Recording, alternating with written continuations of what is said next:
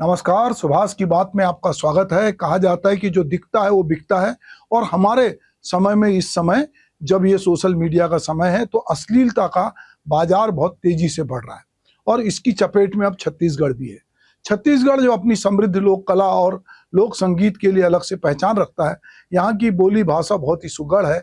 छत्तीसगढ़ का लोक संगीत कभी हबीब तनवीर के नाटकों के जरिए, तो कभी तीजन बाई की पंडवानी के जरिए, तो कभी देवदास बंजारे के पंथी नृत्य, तो कभी लक्ष्मण मस्तूरिया के गीतों से, कभी जीवन यदु के गीतों से प्रकट होता है। दाऊ मंदरा जी, रामचंद्र देशमुख, दाऊ महासिंह, चंद्राकर राजा, चक्रधारी सिंह, ऐसे बहुत सारे लोग कला संगीत से जिन्होंने बहुत समृद्ध किया है और इस परंपरा को जो आगे ले गए। तो हमारे यहाँ जनजाति गीत, लोकगीत, लोक धुनें जो है वो आपको रिदमिक बनाती हैं, आप उसको सुनकर डांस करने लगते हैं। तो छत्तीसगढ़ का सिनेमा जब राज्य बनने के साथ विकसित हुआ, तो उसमें भी कुछ लोगों को लगा कि हमको तत्काल पैसे कमाना है, तो भोजपुरी फिल्मों से प्रभावित होकर लोगों ने जो है वीडियो बनाना शुरू किया, एल्बम बनाना शुरू किया, और कुछ लोगों ने फिल्मों में भी गाने डाले। इससे जो है अभी छत्तीसगढ़ के जो गंभीर फिल्मकार हैं, जो लेखक हैं, कवि हैं, इन सब लोगों ने मिलकर इसका विरोध प्रदर्शन किया और सिविल लाइन थाने में जाके उन्होंने जो है रिपोर्ट कराई। बाहर खड़े होकर उन्होंने कहा, जिसमें सामाजिक कार्यकर्ता भी शामिल थे, कि छत्तीसगढ़ी संस्कृति की धरोहर की रक्षा और मौलिक लोक कला से अश्लीलता को बचाना उनका उद्देश्य था, और छत्तीसगढ़ी एल्बम और फिल्मों में इसका इस्तेमाल हो रहा है। तो उन्होंने इसकी पुलिस को सूची सौंपी। इसमें करीब 33 गाने थे, जिनको कि यहाँ पर अगर मैं बताऊं, कुछ नमूने आपको मैं सुना सकता हूं और कुछ की टाइटल आपको बताता हूं। टूरी के बड़े बड़े हैं, दबा बल्लू, चुम्मा ले, उतार के, सरपंच के आर्डर है, टूरी ला धसावला कहीं से का आइटम है, कोनो जंगाला मारिच बिछी, सपाचट डलवाले भौजी, तोर चिमनी माँ बाती मोटा है, ए वो ईटा वाली तोर भट्टा है गरम, चढ़ती जवानी के आना मजा। ऐसे पता नहीं जाने कितने टाइटल हैं, जिनको पढ़ना भी कई बार ऐसा लगता है कि इस तरह के टाइटल क्यों पढ़े जाएं, पर ये बन रहे हैं और इनके वीडियो बाजार में आ रहे हैं, एल्बम बाजार में आ रहे हैं। तो ये सारी चीजें हैं, और इससे लेकर लोगों ने थोड़ा अपनी नाराजगी जाहिर की और जाकर पुलिस में रिपोर्ट लिखाई है और कहा है कि इनके खिलाफ आप कार्रवाई करो। तो ऐसे 33 गानों की लिस्ट जो है पुलिस को सौंपी है और कहा है कि आप इस मामले में, तो अब चलिए ये जो पूरा मामला, इसको समझने के लिए जो छत्तीसगढ़ी फिल्मों के निर्माता, निर्देशक और वरिष्ठ कलाकार संतोष जैन क्या कहते हैं, उनसे सुनते हैं। संतोष जैन का मानना है कि महिलाओं ने लगभग भोजपुरी फिल्मों को सिनेमा में जाकर देखना बंद कर दिया, क्योंकि ये पारिवारिक आयोजन होता है सिनेमा देखना, और जब इसमें अश्लीलता आती है तो वो परिवार के साथ बैठ के नहीं देख सकते। इस पर विपरीत प्रभाव जो है वो सिनेमा पे भी पड़ रहा है, और इससे कहीं ना कहीं उनके लोग प्रभावित हो रहे हैं। और ये वीडियो एल्बम पर किसी भी तरह की सेंसरशिप नहीं होने से अश्लीलता अपनी पराकाष्ठा पे जा रही है। पिछले कुछ दिनों से छत्तीसगढ़ फिल्म उद्योग में इस बात को लेकर बहुत चिंता जाहिर की जा रही है कि कुछ गाने यहाँ जो बन रहे हैं द्विअर्थी और अश्लील गाने, अब हमारे छत्तीसगढ़ी एल्बम में कहिए या गानों में कहिए, वो बनने लगे हैं। और इसका असर कहीं ना कहीं हमारी फिल्म इंडस्ट्री पे, हमारे थिएटर में लगने वाली छत्तीसगढ़ी फिल्मों पर भी पड़ सकता है। मैंने पाया है और देखा है कि जब मेरी भोजपुरी फिल्म मिल गई चंदनिया रिलीज़ हुई, तो लखनऊ में गुलाब टाकीज में ये फिल्म लगी थी, और ये फिल्म कलात्मक पक्ष को लेकर बनाई गई थी, रंगमंच पे काम करने वाले लोक कलाकारों को लेकर। लेकिन मैंने वहाँ देखा कि महिलाएं उस फिल्म को देखने के लिए बहुत कम इक्की दुक्की आती थी। तो मैंने जब टाकीज वाले से बात की कि ये इस फिल्म में कोई अश्लीलता तो है नहीं, लेकिन यहाँ महिलाएं क्यों नहीं आती है, तो उन्होंने बताया कि भोजपुरी फिल्में इतनी बदनाम हो गई है गानों की वजह से, द्विअर्थी और अश्लील गानों की वजह से, कि लोग टाकीज में आने से महिलाएं डरती है।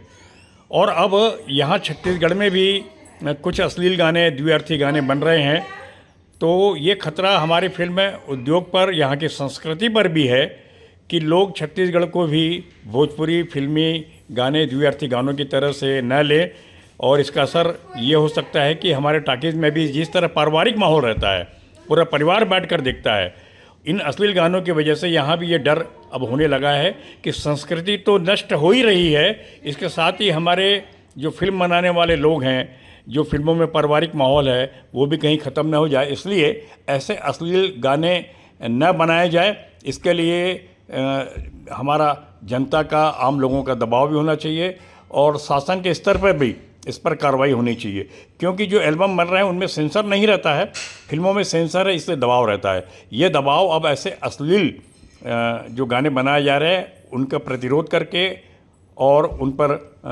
रोक लगे, इसलिए लोगों को भी इसका बहिष्कार करना चाहिए, ताकि हमारी संस्कृति भी बचे और जो फिल्म उद्योग जो पनप रहा है यहाँ पर अभी, और बहुत अच्छी तरीके से यहाँ पर टेक्नीशियंस, निर्माता, कलाकार सबको काम मिल रहा है, इस पर भी इसका असर ज़रूर होगा। इसलिए इस ऐसे अश्लील गानों का विरोध होना चाहिए और आम लोगों को इस पर रोक लगाने के लिए और इसे ना देखें ऐसी कोशिश करनी चाहिए। तो आपने सुना कि संतोष जैन क्या कह रहे हैं। आपने कुछ अश्लील गानों की कुछ झलक भी हम आपको सुना देते हैं। टूरी के बड़े बड़े हैं, झिलमिला की टूरी के बड़े बड़े, समझे? छोटे छोटे हैं, ये का था सो? पूरा तर छोटे छोटे हैं। आना हाथ मधर के, बने चूस ले मन भर के, बने पेड़ के डार तोरे गन्नाला रे, मोरे नावा मशीन कटकटावा थे। किरिस लगा के रखते वो नवा मशीन खटखटावा थे। ए वो ईटा वाली तोरे भट्ठा है गरम, हाथ घोड़े तात शरीर हो गए मोर नरम, गरम के मारे मोर उड़ा गए वो गिरी।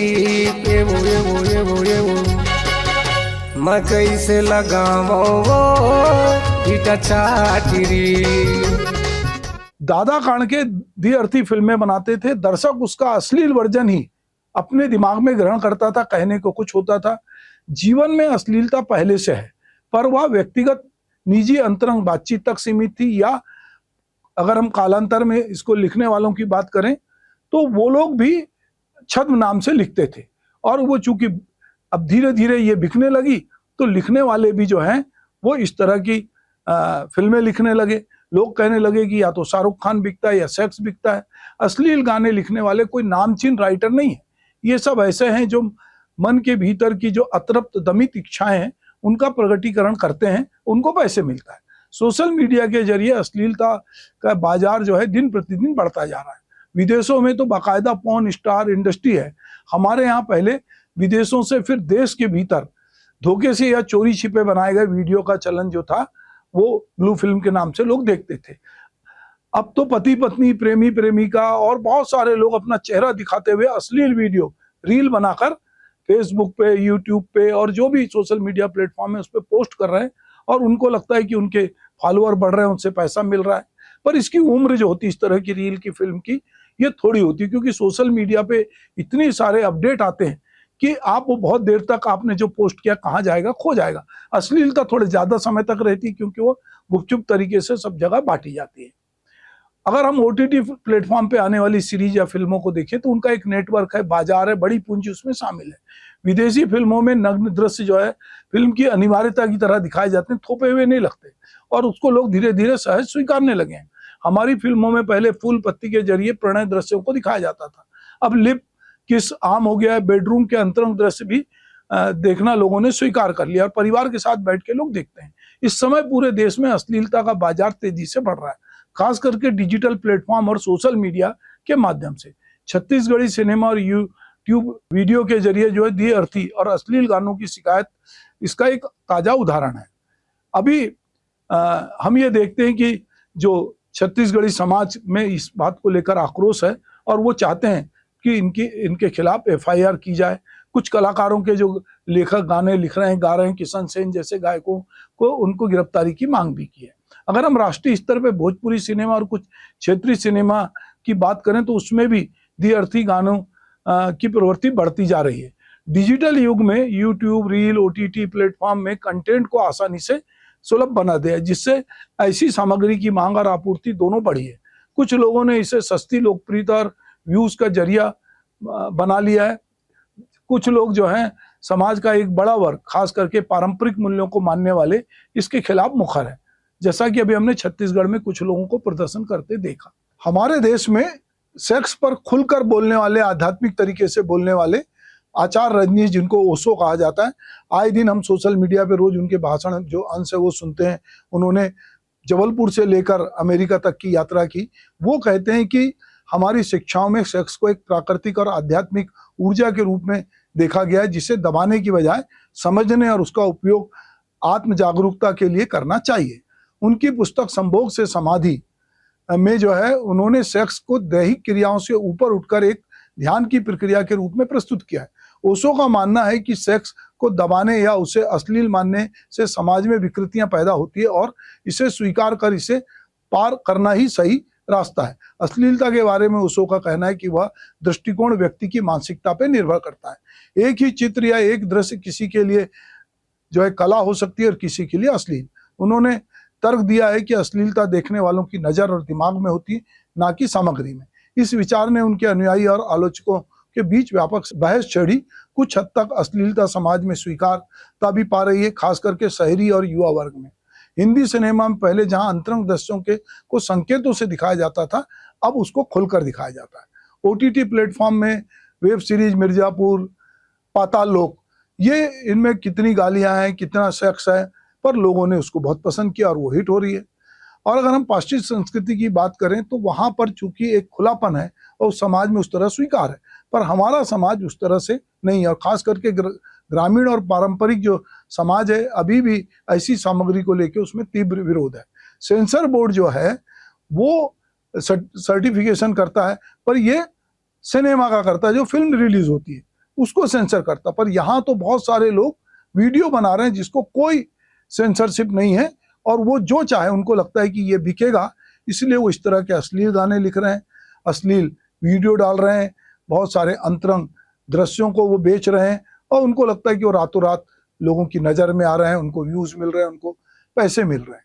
सेंसर की निगरानी चूंकि में नहीं आते ये लोग, तो कई बार सेंसर से बचकर भी इस तरह की। दूसरी बात, यूट्यूब जैसे और सोशल मीडिया प्लेटफॉर्म बात तो करते हैं कि हम नियमों का पालन कर रहे हैं 2021 के, पर वो इस तरह की अश्लील सामग्री हटाने की अगर शिकायत करो तो वो बहुत लेट होता है और वो कंटेंट हटता नहीं। इसीलिए हर मोबाइल में हर आदमी के पास इतना कंटेंट भरा हुआ है कि वो जिस तरह का भी टाइप करेगा तुरंत उस तरह की चीजें आपको आने लगती है। तो ये हमारे जो नियम हैं वो बहुत इस तरह के हैं कि इसमें लोगों को बहुत सारी छूट मिली है। और कहते हैं कि हर वीडियो की निगरानी संभव नहीं है, पर वो डलते तो उन्हीं प्लेटफॉर्म पे हैं जहां से सब लोग देखते हैं। तो अब ये है कि जो अश्लील गाने जो अब तक भोजपुरी सिनेमा को काफी नष्ट कर चुके हैं और उसकी बदनामी कर चुके हैं, आने वाले समय में ये छत्तीसगढ़ी सिनेमा और लोक संगीत जैसी समृद्ध परंपरा को भी जो है ये करप्ट करेंगे।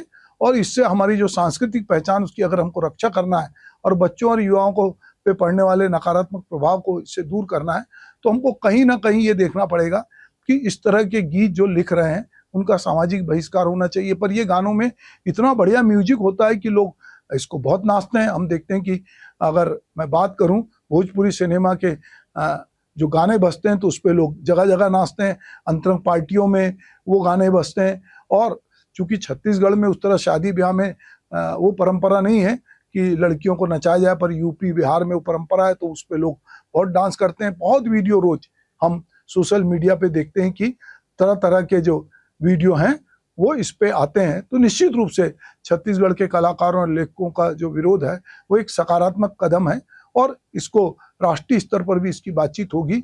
और अगर ये शुरू से ही अगर इसको रोका जाए तो बहुत कुछ हो सकता है। नेहा सिंह राठौर जो लोक गायिका हैं, वो इसको लेके मनोज तिवारी और बहुत सारे कलाकारों को जो भोजपुरी के हैं उनके गानों को वो कोट करती हैं। रिखिया के पापा, उसके और भी बहुत सारे गाने हैं जो उन्होंने गाए हैं, उसको लेकर वो कहती है कि जब समाज इनको स्वीकारता है और इनको सांसद तक बनाता है तो फिर लोगों को लगता है कि ये कोई बुरी बात नहीं है, इस तरह के गाने लिखो, पैसे भी मिलते हैं, लोकप्रियता भी मिलती है।